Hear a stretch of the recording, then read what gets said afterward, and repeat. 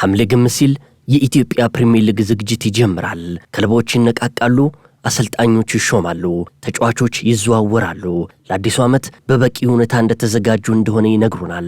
ክለቡን ሻምፒዮን ለማድረግ ሁሉ ነገር እንደተመቻቸም ይነግሩናል። በፈገግታ ታጅበው እጆቻቸውን እያጣላለፉ የመለያ ባጅ እየሳሙ በተስፋ ይሞሉናል። ፕሬዝዳንቱ ራሱ ማይክራፎን ይዞ ዘንድሮ ግን የተለየ ነው ይላል። ይህ አረፍተ ነገር በኢትዮጵያ እግር ኳስ ታሪክ ውስጥ በየዓመቱ ተመሳሳይ ትርጉም ይዞ ይደጋገማል።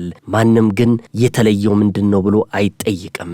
ታዲያ ከዛ ሁሉ ዝውውር በኋላ መስከረምን ተከትሎ ጨዋታዎች ይጀምራሉ። ከሁለትና 3 ጨዋታዎች በኋላ አስተያየቶች ይሰጣሉ።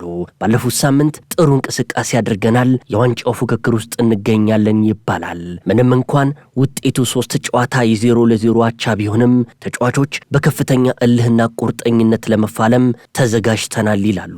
ደሞዝ ቢፈረምላቸውም ገና አልተከፈላቸውም። እዚህ ላይ ነው ትልቁ ጥያቄ የሚነሳው።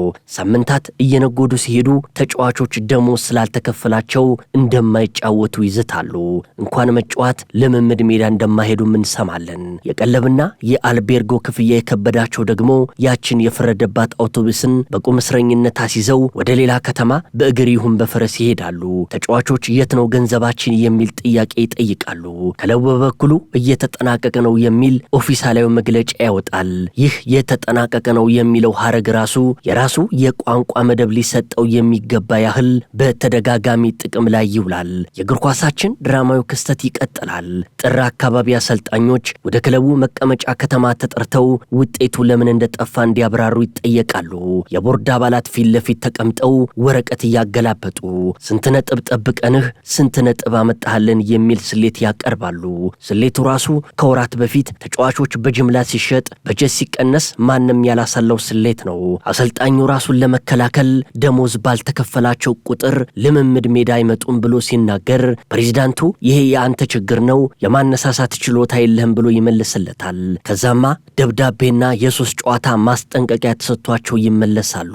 በመንገዳቸው ሳሉ ፌስቡካቸው ላይ አሰልጣኙ ተሰናብቷል የሚል ዜና ይሰማሉ። በኢትዮጵያ እግር ኳስ ላይ መጋቢትና ሚያዝያ የሴራ ወርናት ትባላለች። ሐምሌ ላይ አንደኛ ተከፋይ ተብሎ የፈረመው ተጫዋች የልቀቁኝ ደብዳቤ ያስገባል። በሱ ምትክ ሌላ ተጫዋች ለማስፈረም ወደ ገበያ መውጣት ግዴታ ውስጥ ገብተናል ይላሉ። ገበያው ግን ያው ገበያ ነው፣ ያው ስም ዝርዝር ነው፣ ያው የክለብ ውስጥ ግንኙነት፣ ያው ደላላ። አሁን ሊጉ መልክ ይዟል። ከአናት ላይ ያለው ክለብ የማንነት መገለጫ ይሆናል። እኛን እኮ አታውቁንም የሚል ዘፈን ይለቀቃል። ደጋፊው በኩራት ይዘምርላቸዋል። ተፎካካሪ ክለቦች በዳኝነት ከፍተኛ በደል እየደረሰባቸው እንደሆነ በከፍተኛ ምሬት ይወቅሳሉ። ፕሮግራሙ አወጣጡ ራሱ በሸፍጥና በሴራ የተሞላ እንደሆነ ይነግሩናል። የሊጉ ትልቋ የጭንቀት ወር ግንቦት ናት። ወራጅ ቀጠና ውስጥ የገቡ ክለቦች ውሃ አንገቱ ጋር እንደደረሰበት ሰው ይጨነቃሉ። ወደ አሰልጣኝ ቅጥር ያመራሉ። መስፈርታቸውም ኔትወርክ ያለው ይሆናል። እገሌ ይሻለናል፣ የሱ ኔትወርክ ቀላል አይደለም፣ ሳፋሪኮም ሲደመር ኢትዮ ቴሌኮም የሆነው ሰው ማለት ነው፣ ከመውረድ ይታደገናል በሚል ይቀጠራል። ሊጉን ለመጨረስ የሚያስችል በቂ ገንዘብ የለንም ያሉ ክለቦች እጃቸውን ለእርዳታ ጥሪ ይዘረጋሉ። የሊጉ መጨረሻ የቀረበ ይመስላል። በአማካኝ በአንድ ጨዋታ 1 ጎል ብቻ የሚያስቆጥረው ክለብ ከፍተኛ የዋንጫ ተፋላሚ ይሆናል። ስታስቲክ ራሱ ግራ የሚያጋባ ደረጃ ላይ ይደርሳል። ጨዋታዎች በከፍተኛ ዝናብ እንደተቋረጠና ክፍቱን እንዳደረ እንሰማለን። ክለቦች እየተላቀቁ ነው፣ ተጫዋቾች እየተሞዳሞዱ ነው፣ ቁማርተኞች ሊጉን ተቆጣጥረውታል የሚሉ ትችቶች በሰፊው ይደመጣሉ። ሻምፒዮን የሆነው ክለብ ዋንጫ ሲያነሳ ደጋፊው ደስተኛ ነው። ተሸናፊው ክለብ ግን ቀድሞውኑ ቀጣዩን ዓመት ዘንድሮ ግን የተለየ ነው ለማለት ጋዜጣዊ መግለጫ ያዘጋጃል። ስክሪፕቱ ተመልሶ ወደ ክፍል 1 ይመለሳል። ገጸ ባህሪያቱ ብቻ ትንሽ ተቀያይረው ይመጣሉ። የክብ ልፋት በየዓመቱ በተመሳሳይ ቅደም ተከተል ይደገማል።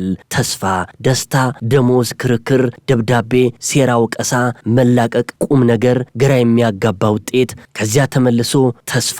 እያንዳንዱ ክፍል የራሱ ገጸ ባህሪ ቢኖረውም ስክሪፕቱ ራሱ ፈጽሞ አይቀየርም። ምክንያቱም ችግሩ በተጫዋቾች ወይም በአሰልጣኞች ላይ ሳይሆን ራሱ ስክሪፕቱን በጻፈው ስክሪፕት ላይ ስለሆነ ነው።